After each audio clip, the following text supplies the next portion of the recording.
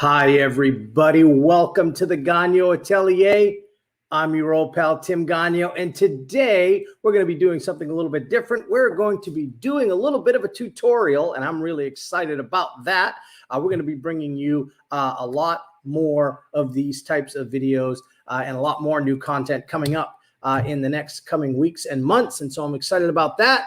Hope that you will join us for all of those things. But today we're going to be talking about a subject that is really something that is a big topic of discussion for artists. And it's really about how can you get better and what method will get you better faster, or what method will stagnate you, what method will get you the desired goal. What is it that you're trying to achieve? If you're trying to get better, you're trying to draw better, you're trying to paint better. How do you get there, and what is the best method of the two? And so we're going to be talking about that today. We're going to be talking about drawing and painting from life versus drawing and painting from photo references. So that's what we're going to be talking about today. Pretty excited about that. But before we do that, if you could do me a favor, if you can look down here and hit the like button if you're watching us on Facebook, or if you are watching us on our YouTube channel, if you can do me the favor of hitting the subscribe button and the fancy schmancy notification bell to let you know when new videos and new content comes out, I would really appreciate that. If you want to learn more about the Gagnon Atelier, you can visit our website, thegagnoatelier.com, right over here, right there. And if you want to learn more about our big project that we are working on right now, you can go to illuminatedmessiah.com and you can learn about that directly. So with that said, guys, let's get started. This is a big subject, and I think that it's something that you guys will enjoy. So let's dive in with both feet and see what happens here. So drawing and painting from life versus photos. What exactly are we talking about? Well, when you're learning to draw, when you're drawing, a lot of people, when we all start out as kids, we tend to draw from our imagination. We just draw whatever we feel is in our heart. We're drawing a cow, we're drawing a horse, we're drawing a pony, we're drawing a dinosaur, we're drawing whatever we feel like, however we feel like. But as you get older and you start to take drawing maybe more seriously, you start wanting to draw things. And drawing from imagination is great, and it does take, obviously a little bit of skill if you want it to look realistic. But you hear a lot of people, they'll say, oh, I can't draw anything unless I look at it. And so that's talking about drawing from a reference photo 90% of the time. And most people, when they're drawing or they're getting ready to work on a painting, and myself included, I work with photo references most of the time simply because it's easier. There's quicker access. There's all kinds of reasons we're going to talk about. But a lot of artists work from photographic references. The other side of that is drawing from life. And most of us don't draw from life until we may be in like, say, a high school art program, art class, or if we're at an academy, either an atelier school or an art college, may be our first time drawing from life. And what we mean by drawing from life is just an object in real life, like this pencil sharpener. Okay, if you're going to draw this pencil, this ain't a pencil sharpener. This is a stapler. I know what I'm talking about. Honestly, I do. If you close your eyes really tight, it looks like I know what I'm doing. But anyway, if you were drawing this stapler and you were drawing it from life, you're just going to put it in front of you and you're going to look at it and you're going to draw it. You're not going to take a photograph. You're not going to do this transfer of the image. You're not going to do anything like that. You're going to look at it at whatever angle you want to draw it at. And just by looking at it, you're going to draw it. That's what we call drawing from life. And that's why we call them still life drawings or still life paintings.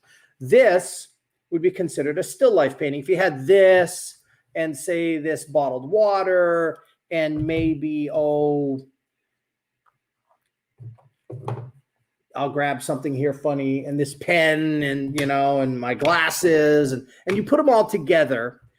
That would be a still life. The reason it's called a still life is because it's standing still. It's not moving. It's a bunch of objects, inanimate objects, but you're looking at them in real life. And so that's kind of what that's about. And so that's really the whole premise of drawing from life. You're drawing it in real life. You're looking at it. You're drawing it. Now, drawing from photo references, obviously, you've got a bunch of photos and you're looking at them. You've got them in your hand and you can see them, and you're going to draw. You're going to copy as best you can what you see in the photo onto your paper or your canvas in either a drawing or a painting. And there's pros and cons to both. And so we're going to talk about those here right now. So let's go ahead and keep going here. So here's an example of someone painting a portrait from life. You can see here, this is actually my daughter, Gabby, that is posing for this. She's the model. And then my friend Melanie is doing the painting of her. And she's doing it from life. And she spent about 3 hours, about 2.5 hours to get to this point, which I think is pretty fantastic. And she did a great job. So here's one example of someone painting from life. Here are some students that are drawing from life from some plaster casts. And you see they're drawing the female head cast right there. And they're just working away, drawing from life. Now here is a still life with some of my other students. And they're looking at these inanimate objects and they're painting them from life. And they're just going to sit there and they're going to paint them alla prima and they're going to knock it out. It's pretty cool. So when we're talking about these things, when you're painting from life, there's a lot of benefits to painting from life. And in my opinion, and I think the opinion of a lot of artists, painting from life is the superior way to train and to learn. And there are reasons for that. Now, a lot of artists out there have put out videos like that on this subject. And you can look those up on YouTube.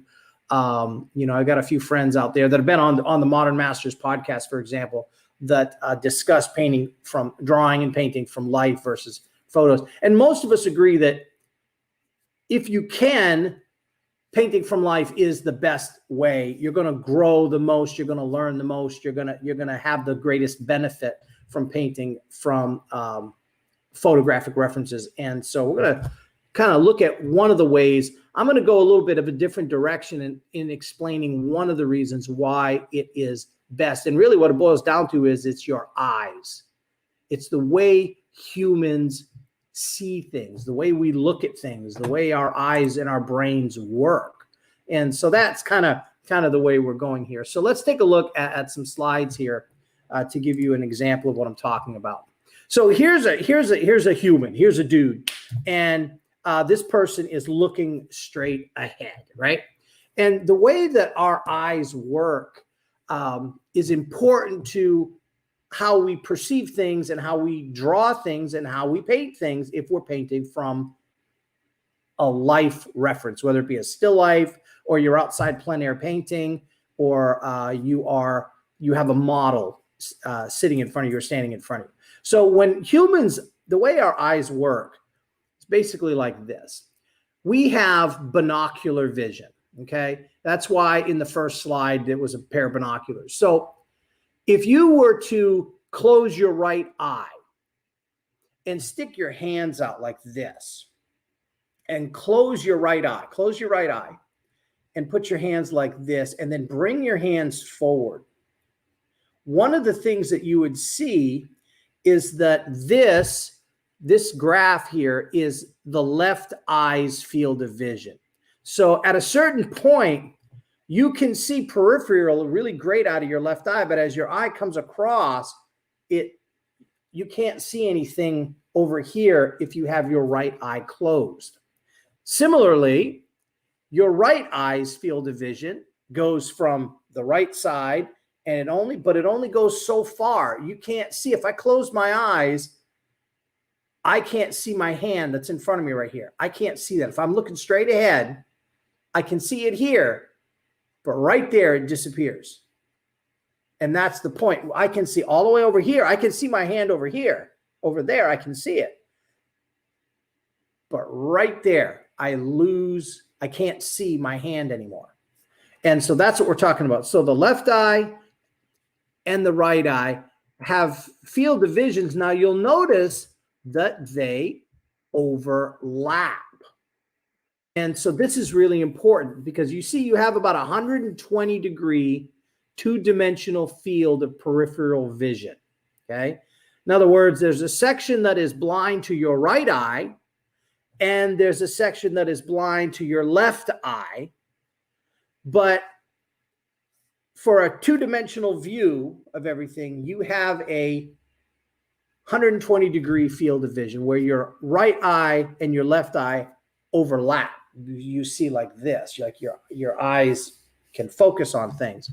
And so you have a 60 degree three-dimensional field of vision. And that's really important. So you got some blind spots, but when you have both eyes open, the blind spots here go away. You have a 120 degree field of two-dimensional vision, but then you have a 60 degree field where you can see things three-dimensionally, and that's important. That's part of binocular vision. That's a focal point. Now, your focal point is 30 degrees. So you have a 30 degree three-dimensional focus vision. That's where you can focus on things. This is where we get, like, for instance, depth perception. The reason why we have depth perception is because of our three-dimensional vision, our binocular vision. Our eyes overlap and we can focus on something. And where our eyes cross and they cross that field of vision tightly, you have perfect three-dimensional focused vision. And so that's really important when we're talking about drawing and painting from life. It's really, really fascinating stuff. And so looking in this a little bit closer, there are some ways that you can kind of see how this works. So if you're watching, I want you to play with this, okay? I want you to take your fingers and put them in front of you like this, okay? I want you to just put your finger like this, and I want you to look at something. Look at, like, oh, here's a bottled water. Put it in front of you about, I don't know, 4 or 5 feet away from you. Put it on your desk if you're watching this, but focus on something and put your arms out and look at it like this. And then what I want you to do is I want you to close one eye and then close the other eye. I just want you to swap going like this with your eyes. Close one eye, open, just go like this. Close, close, close, close, close, close, close. And what you'll see is this. You see the object will move back and forth like this. Okay? That's your eyes focusing field of vision. And the reason that this is happening is quite fascinating. It's because guess what? Your eyeballs have a space between them. I mean, I know it's simple, but it's true. Because your eyes have space between them, this eye kind of sees that way, and this eye kind of sees this way a little bit.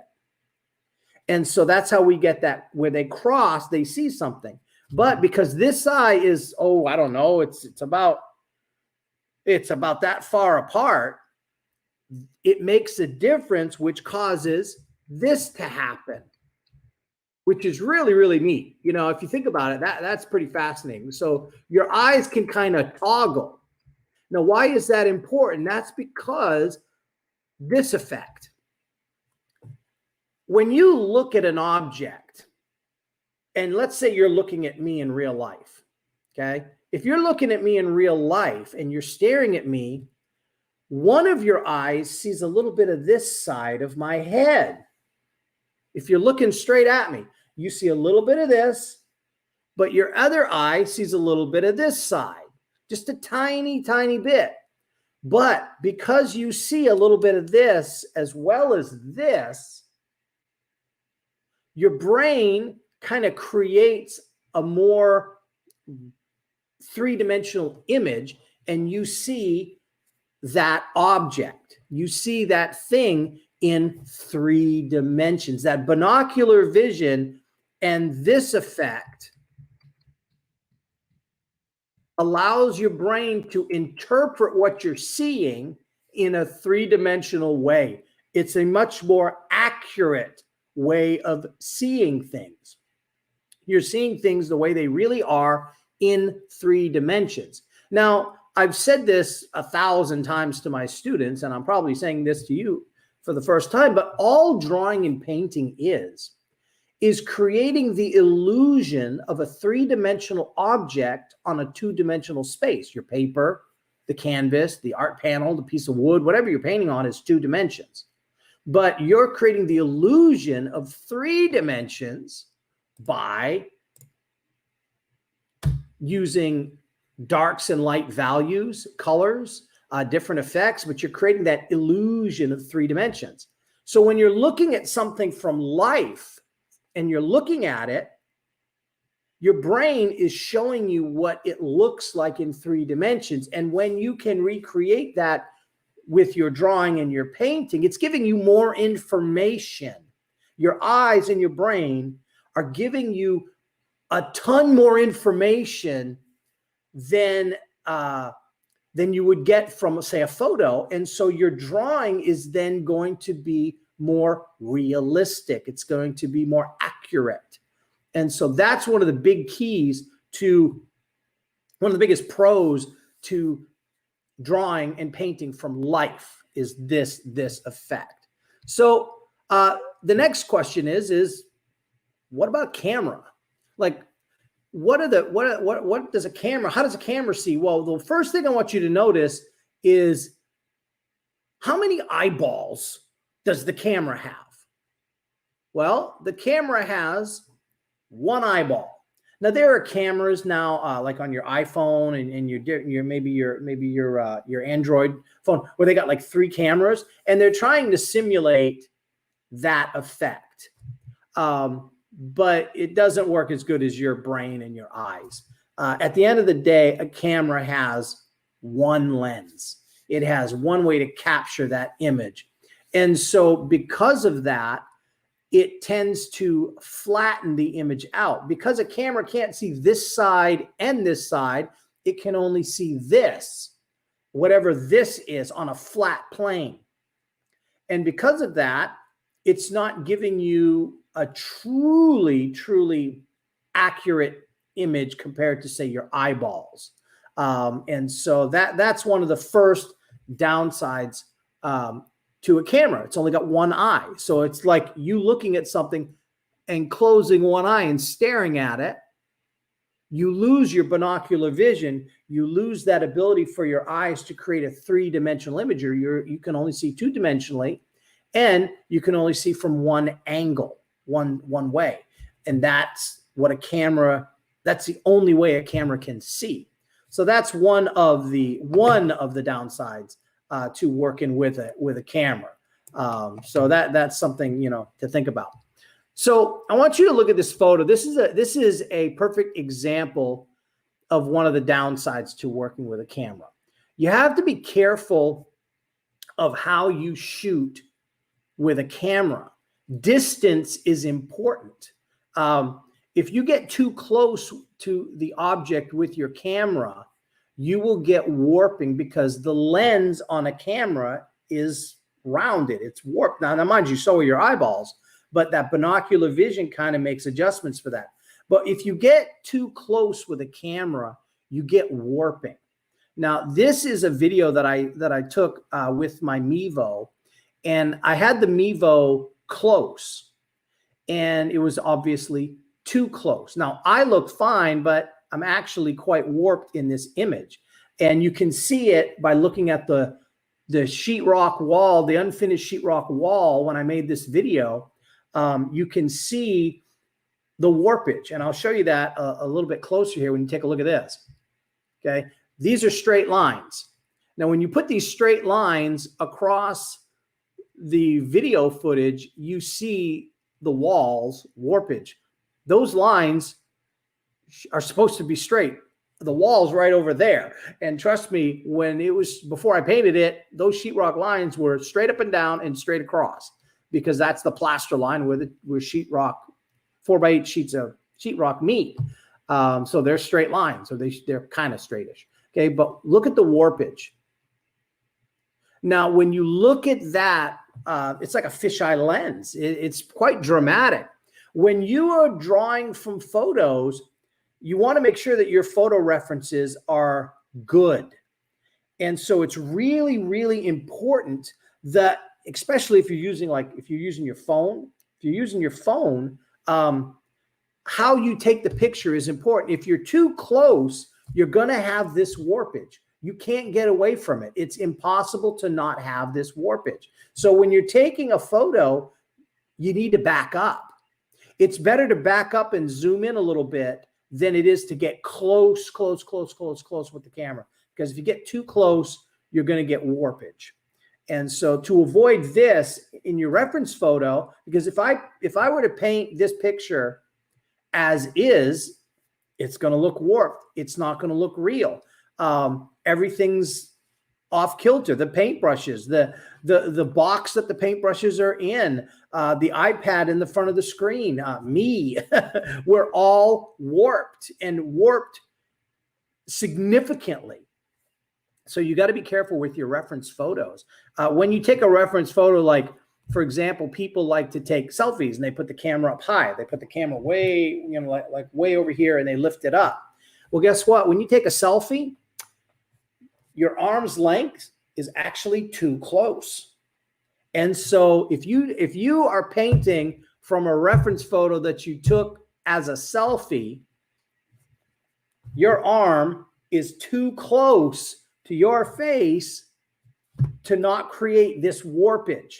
So if you're drawing from selfies, your picture is going to be warped and warped bad. So there you go.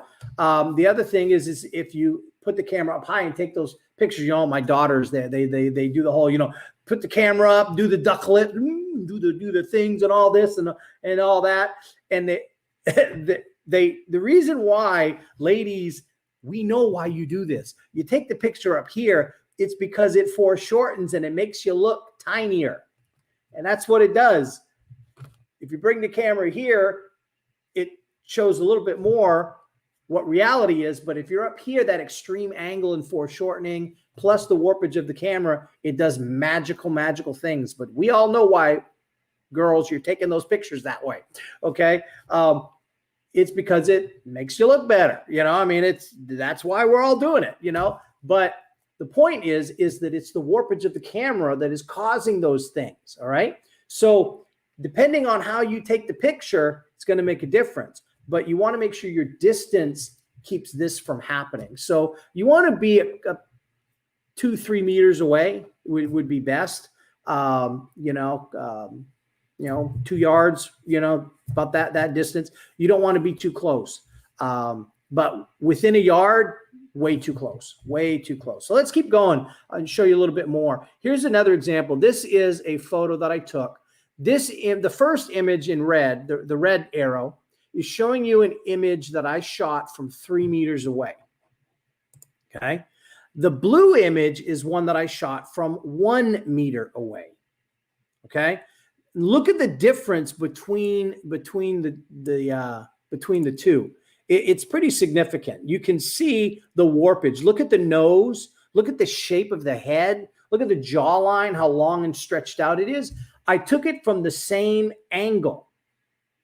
In other words, I didn't take it from above on one and down below. I took it from the same exact angle. The only difference was 3 meters away versus 1 meter away. That was the only difference in this photograph. And it's significant. You can see the difference all day long.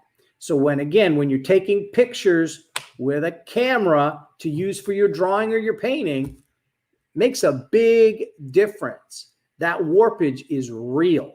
And so you got to be careful with that.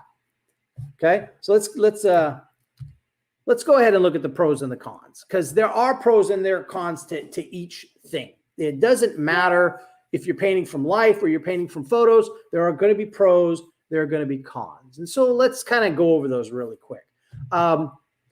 Photographs. Here are the pros. Well, if you're drawing on a two-dimensional piece of paper and your image is already 2D, okay, so it kind of made the transition for you. So you're not having to look at a 3D object and try to put it on a 2D space. The photo is already 2D and it was taken in a two-dimensional way, one eyeball. And so you get that on the paper. So that can be a pro. The next one, you have unlimited poses. In other words, you can Google images and you can find photographic references to the end of time. Or you can go out and take your own photos. So you can have a model pose and you can say, sit down, stand up, turn around, do it, and take pictures all day long and get all the photographic references that you need that way. So unlimited poses is a good one. The other great one, and this is kind of an intimidation factor when people start drawing from life, is, well, photographic references don't move. They stand still. They're not going to breathe. They're not going to sneeze. They're not going to need to get up and stretch or anything like that. So they're not going to move. They're not going to get tired. They're not going to, like I said, need to get up and stretch every now and then or drink water or go to the bathroom. The other thing is the lighting isn't going to change. One of the biggest things when you're painting from life, unless you're in a studio environment, if you're outside plein air painting, the light changes practically every, my gosh, it's a constant change as the sun moves, but usually every 15 to 20 minutes, the light is totally different. The shadows are totally different. And so you have to work fast. And that can be a challenge. And there are whole workshops that artists teach on not chasing the light or how to chase the light or how to paint in those situations where the light source is constantly changing. Well, if you're painting from photos, you don't got to worry about that. If you're doing a cityscape, a landscape, and you have photo references, you've got your light, it's perfect, and you can paint. So those are some pros. Here are the cons. The distortion that we talked about. That's huge. That's a massive, massive, con. The fact that it's 2D is also, in my opinion, a con because people see in 3 dimensions and you're drawing from 2 dimensions. It's just naturally gonna be slightly off. It's not gonna be 100% accurate. It may be 90% accurate, but guess what? People can tell. They may not understand what they're seeing. They may not be able to articulate what they're seeing unless you're talking about a trained eye. They won't be able to notice. But a lot of artists out there that are well-trained, highly skilled artists, they can look at something and immediately tell that was painted from photo references. This was painted from life. You can tell. And so that's something, a con to painting from photos is that 2-dimensionality. It creates a flat, lifeless image. Again, there's something about, I heard one artist talk to me about how when they're looking at art that was painted from photos, and if it's a portrait, they say the eyes on a portrait, sometimes they follow you, like the eyes will follow you around the room. That's like an old thing in the old scary movies. The eyes of the painting are following you. But it's true. They kind of do. But here's the thing. This artist was telling me that in her experience, paintings from life, the eyes follow you in the painting, but paintings from photos don't. And that's interesting. So I don't know how true that is, but that's what she was telling me a couple weeks ago, which I thought was interesting. But you have a flat, lifeless image if you're not careful. It's hard to create that movement, that vitality, that life when you're painting from something that's dead, not moving, flat, 2-dimensional, that kind of thing, as opposed to something that's living, breathing, or seated right in front of you, like our stapler / pencil sharpener. That's a good joke. For those of you that watch the whole video, you'll know what I'm talking about. So, but here's the biggest con, I think. The 2 biggest cons to painting from photos. Skill stagnation. That's the first and scariest of all of the things that a photo reference can be a con for. I find that if you're always painting and drawing from photo references only, it can stagnate your skill. It can really keep you from doing this. You'll plateau, or worse, you'll go down in your skill level.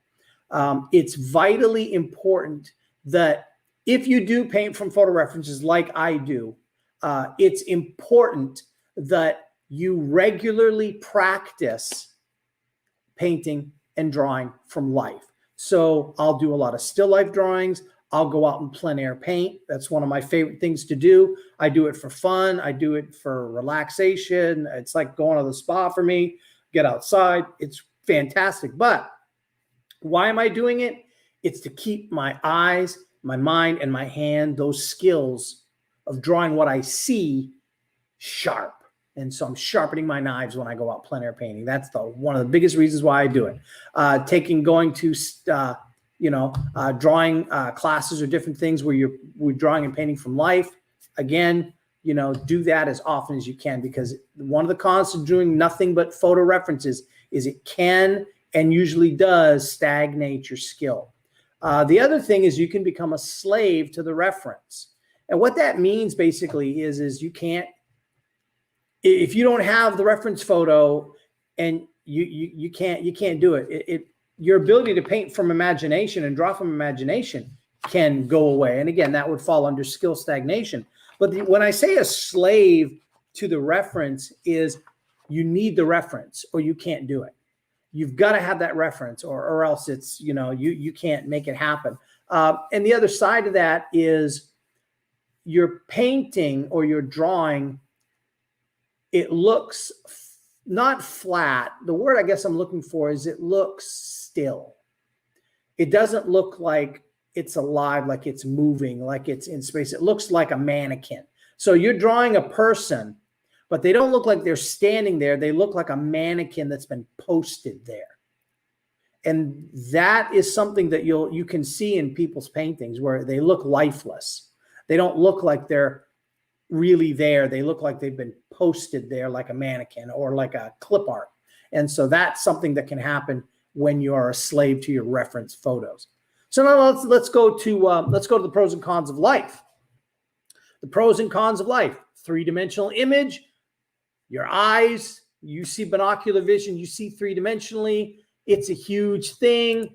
It's important, but that's probably the biggest thing is you're actually seeing three-dimensionally. You're seeing that toggle vision. You're seeing a little bit of this side, a little bit of that side. Your brain fills in the blank. You're getting a true view of whatever object you're looking at. You're seeing the whole thing as it's in. Obviously, you're not seeing behind it, but you're seeing a little bit of the sides plus the front.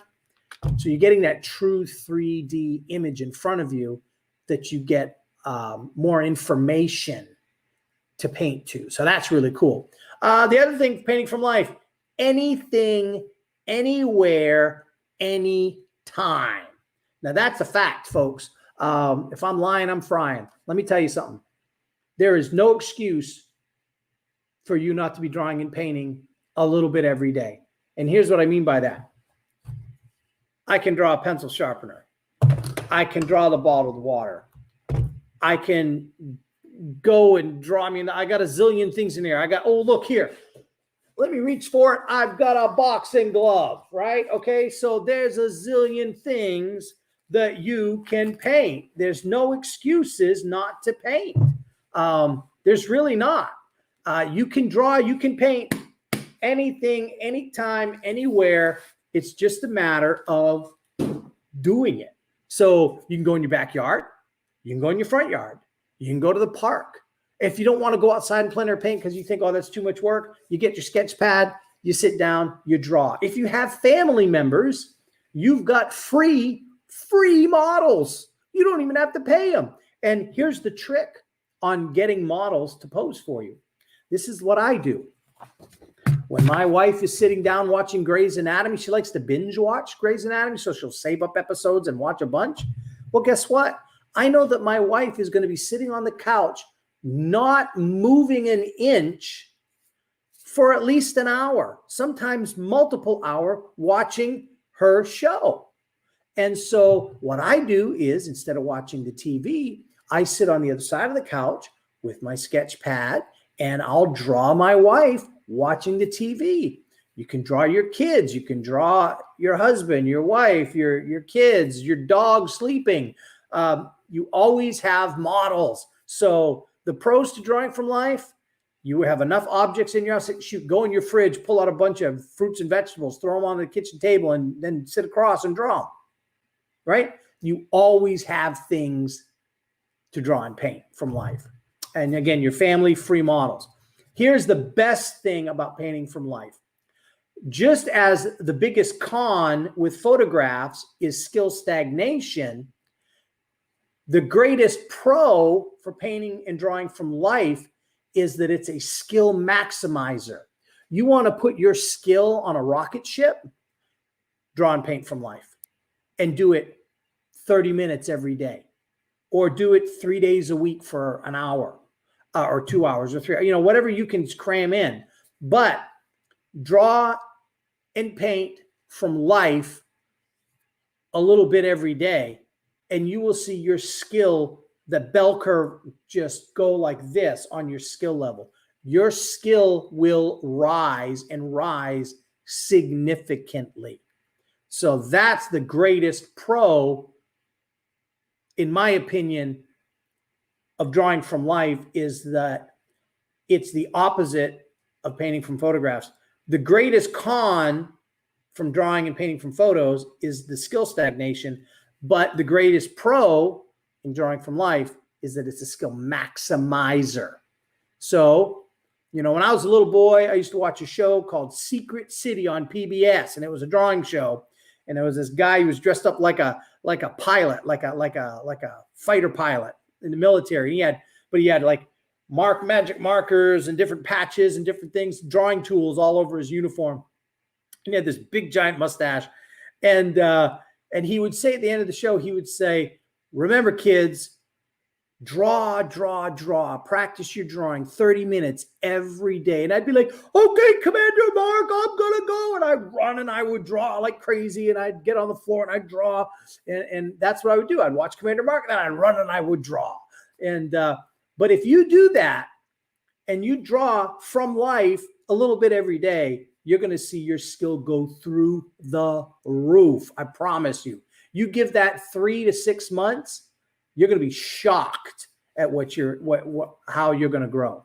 So are there cons from painting from life? Well, yeah, there are. Just like anything else, there's a pro, there's a con. So what are the cons? Well, finding paying models. But I gave you an out on that. You got family. You can draw them. And even if they don't want to pose for you, like my wife every now and then will have to pose for my drawing and painting classes. She hates doing that. She doesn't like it. To sit there and not move in a chair. And she's like desperately trying to stay awake, because you just got to sit there and be quiet. And she's falling asleep on us. She don't like that. But when she's watching television, she's ignoring me. She's focused on something else. I can sit and I can draw her. See, so the con of finding paying models, there's ways around that. But if you do need to find a model for it, when you're getting serious about painting, like a particular painting, for example, I painted a painting of the Queen of Sheba from the Old Testament, the story of King Solomon. I wanted a particular model, a particular look. No one in my family would fit that bill, so I had to get a model. So I got a model, paid a model. There you go. So that's kind of a con because, it costs money. The other con to drawing from life is it's almost impossible to get a difficult pose. So if you're trying to get like a superhero pose or a crouching pose or, a running pose or things like that, you can't do that with a live model. It's impossible. No one will be able to hold certain poses for very long. Therefore, you need photographic references. With that, that's a big one. That's a big one. So difficult poses are a con.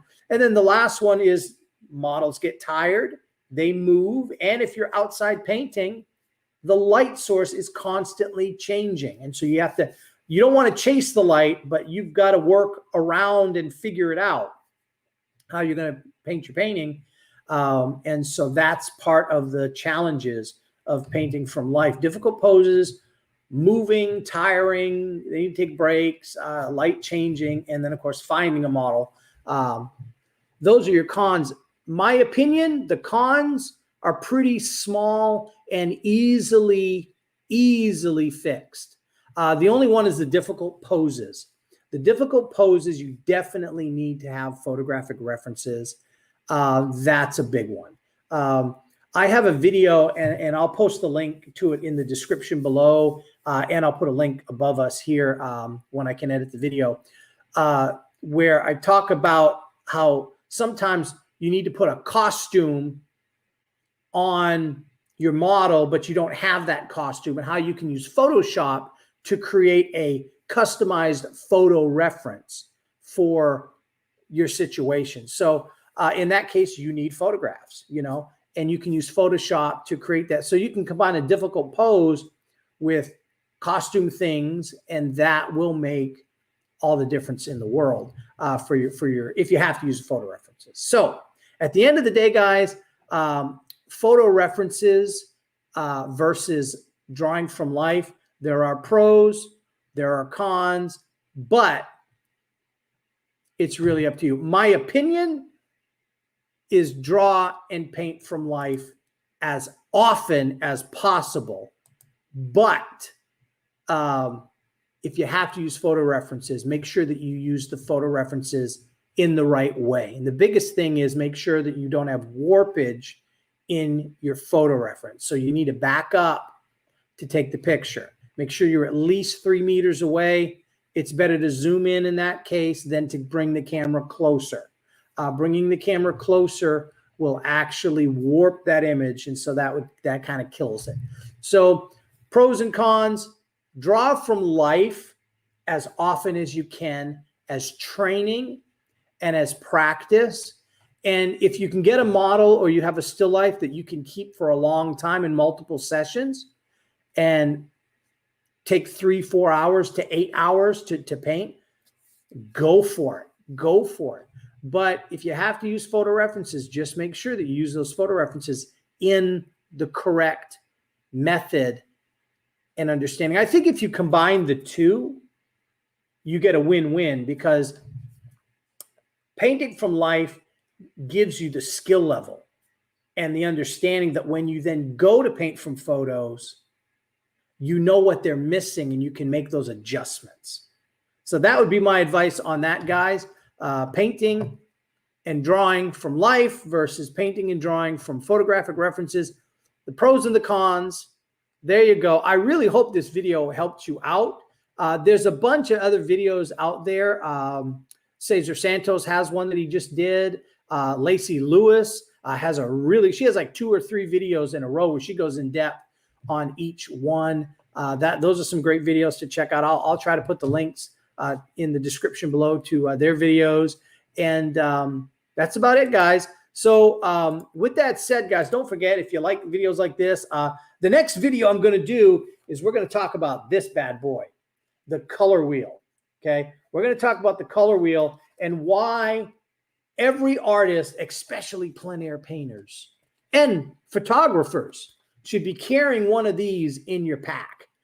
If you're an artist, you need to understand how these things work and why they're so important. So next video, we're going to be talking about the color wheel. So that'll be really fun. But again, if you guys can do me a favor and hit the like button on this video, hit the share button so you can share it with your friends. That'd be great. If you're watching us on Facebook, the Gagnon Atelier Facebook page, or if you could go to the Gagnon Atelier YouTube channel, hit the subscribe button. That would be awesome. I would really appreciate that. Again, guys, as always, just remember, I'm your old pal, Tim, and we'll talk to you next time.